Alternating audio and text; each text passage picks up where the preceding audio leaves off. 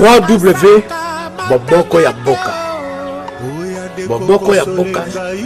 3W.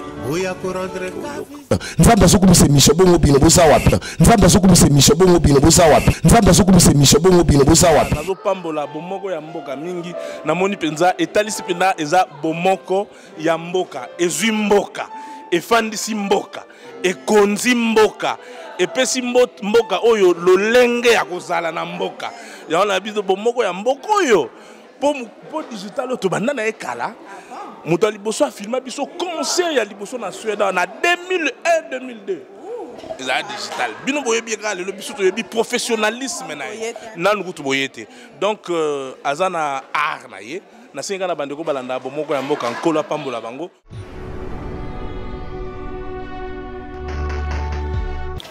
Bonjour na fidèle internaute ya www.bomokoyamboka.com. Lelo nazana esengo ya kozala liboso etando ike na bino pona kopanza pokene to misana koloba. Lelo ezali ya masolo ya chez Isaac Swed. Kasi avana bana nazali kopesa mbote na boba bengi les Joao Ndombele les bibliothèques internationales na Angola. Toujours dans les bons. Merci pour na soutien na yo pour ozo sola ndenge sengeli. Mais par rapport na masolo nazali na mukwa lelo chez Isaac Swed. Tomona ki Stromae aza saliki mo ba tourner na ba mboka mususu mais lelo aza na mboka ya RD Congo précisément na Kinshasa. Alors tous ba information yo surtout ndenge sengeli par rapport ya masolo azali ko sala kuna. C'était prévu que abeta concert mo na Kin mais alors tous ba sabino que no concert ngo ezali nango annulé. Et puis ma masolo musu ezaki non a longwe na Kin suite il y a état de santé que non azana santé a bien été alors tous ana information exacte que non ba annulé concert en et puis ba to somba déjà ba billet et puis bazali ko accuser pe ba combattant que non bazali à la base il y a annulation il y a concert wana or que ezabongote ba to somba ba billet et puis bazo accuser pe producteur oyo à salaki a bengsaki Stromae na Kin bazali ko accuser que non c'est comme si basali ba jeu moko boye. Alors, ils ont noté. Il y a un ça toujours appel quoi semino balanda bomoko mboka ba information toujours la source qui est concert ya Stromae na Kin ezali annulé et puis par rapport il y a état de santé ndenge ba toazoloba mais trop beta PCT na ndenge bazali ko condamner pe ba combattant il y a diaspora qui bazali à la base il y a annulation il y a concert il y a Stromae musicien ou azala na kati ya Belgique parce que c'est un Belge et puis aza d'origine rwandais. Alors tozali toujours koloba ba producteur soki bino bozali kosala ba production na bino sozo mona keno ozali na makokite alors faut pas ko oser ko bengisa star moko boya mboka aya na mboka et puis a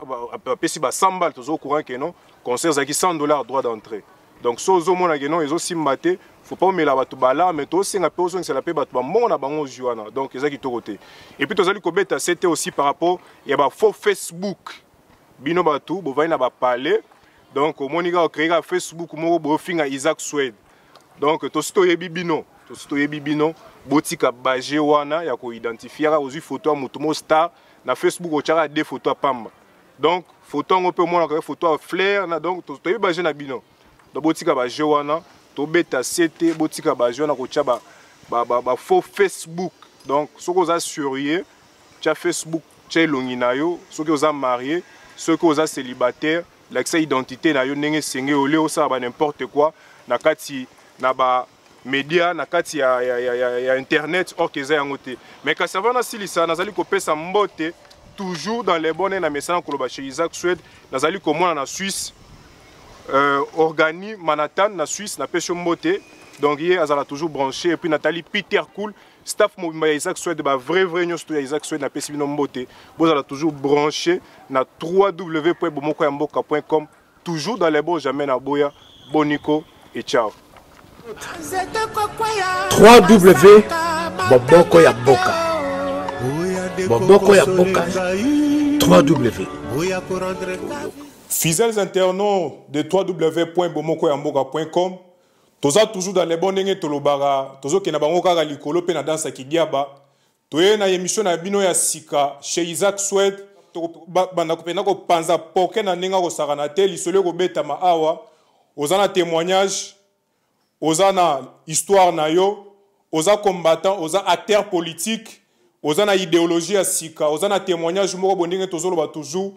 yaka tobeta lisolo po mpoke faso ya bando panzama